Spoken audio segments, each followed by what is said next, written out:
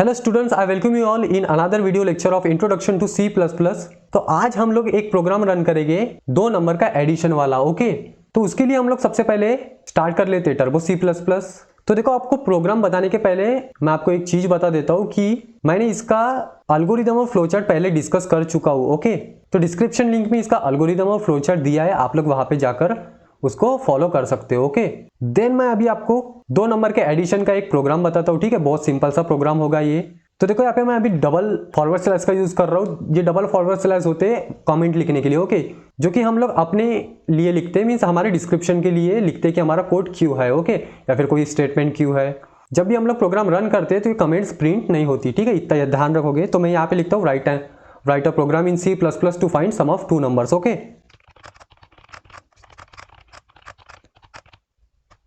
तो ये रही हमारी कमेंट। ओके, इसमें मैंने क्या लिखा, write a program in C plus plus to find sum of 2 numbers. Okay, बस डिस्क्रिप्शन के लिए लिखा हुआ ये। ओके, देन अभी हम लोग अपना ओरिजिनल कोड लिखना चालू करेंगे। ओके, तो आप लोगों को तो पता है हम लोग सबसे पहले क्या टाइप करेंगे, हेडर फाइल्स टाइप करेंगे। ठीक है, हैश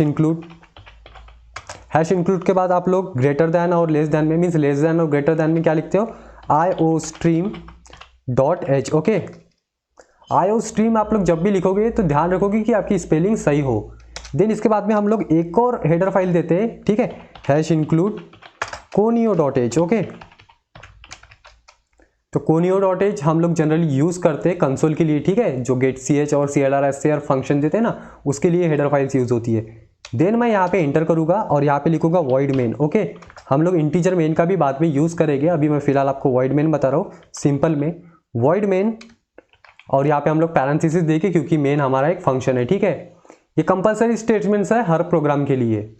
देन यहाँ पे मैं करली ब्रासेस दूंगा। ठीक है, करली ब्रास स्टार्ट करूंगा मैं यहाँ पे, ओपनिंग करली ब्रास।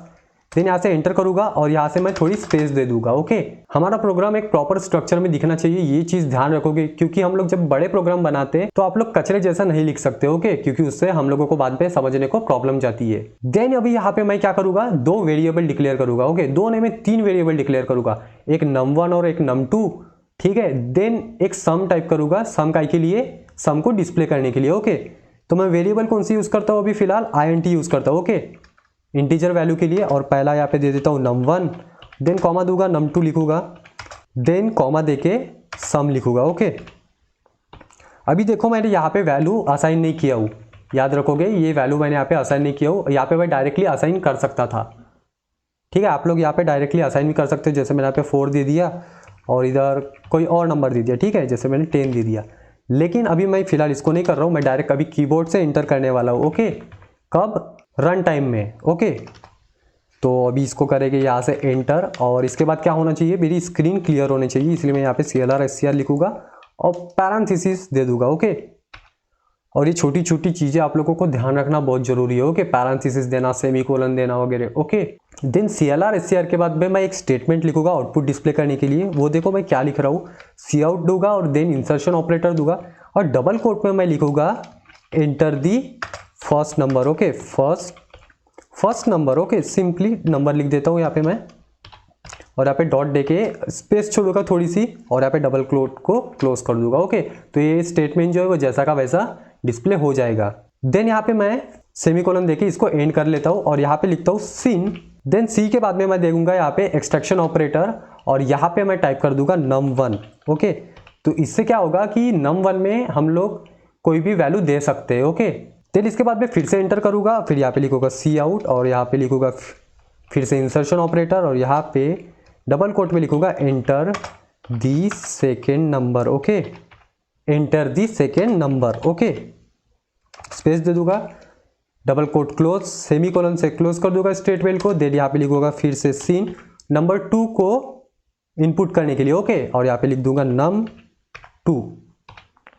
तो num1 वेरिएबल में इसकी हेल्प से हम लोग वैल्यू दे सकते हैं, देन num2 वेरिएबल में हम लोग इसकी हेल्प से वैल्यू दे सकते हैं। ओके, देन अभी हम लोग क्या करेंगे, सम करेंगे। ओके, तो सम के लिए हम लोगों ने एक यहाँ पे वेरिएबल डिक्लेयर किए कि ये दोनों का सम करेंगे, और वो कहाँ पे स्टोर करेंगे, सम में स्टोर करेंगे। ओके, तो मैं यहाँ पे टाइप कर लेता हूँ सम, और यहाँ पे मैं दूंगा असाइनमेंट ऑपरेटर। ओके, हम लोगों ने ऑपरेटर्स के बारे में पढ़ चुके, तो ये जो इक्वल्स टू का जो सिंबल अभी यहाँ पे यूज कर रहे हैं, ये है आपका असाइनमेंट ऑपरेटर। ओके, कि हम लोग अभी यहाँ पे क्या लिखेंगे, num1 और प्लस देंगे, और यहाँ पे लिखेंगे num2। ओके, तो ये दोनों का जो एडिशन होगा वो स्टोर कहाँ पे होगा, सम में स्टोर होगा। ओके, देन अभी मैं यहाँ से एंटर करूंगा और मुझे अभी सम को डिस्प्ले करने का एक स्टेटमेंट लिखना होगा। ओके, तो मैं यहाँ पे टाइप करूंगा सी आउट, फिर इंसर्शन ऑपरेटर दूंगा और फिर डबल कोट में लिख दूंगा, डायरेक्ट मैं अभी यहाँ पे लिख देता हूँ द सम ऑफ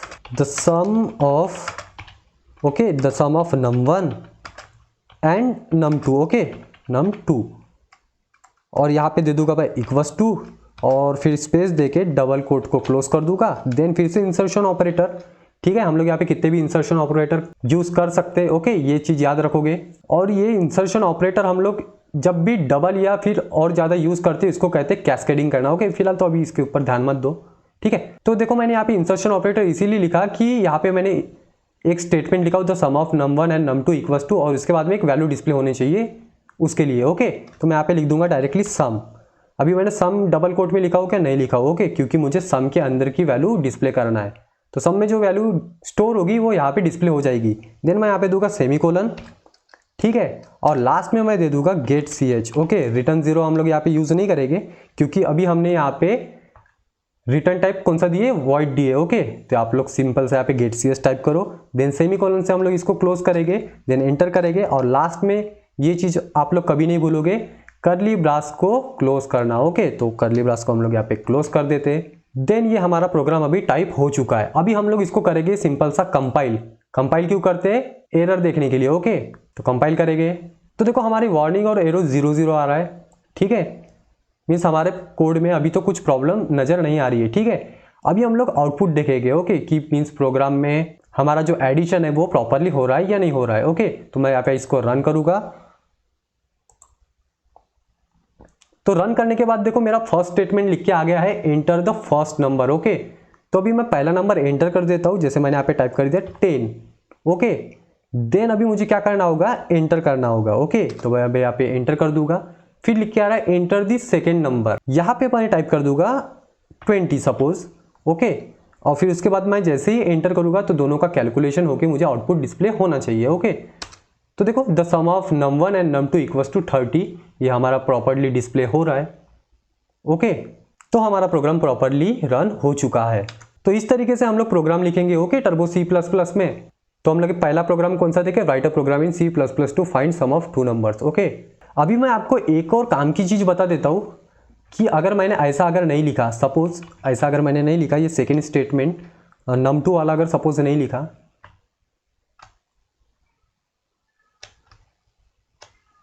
और यहाँ पे मैंने लिख दिया सिर्फ enter the 2 numbers. Okay, 2 numbers, ठीक है, यहाँ पे कोलन देके यहाँ पे ऐसा लिख देता हूँ और यहाँ पे इसको डबल कोट से क्लोज कर दूंगा, ठीक है, सिर्फ यही स्टेटमेंट लिख के आएगा।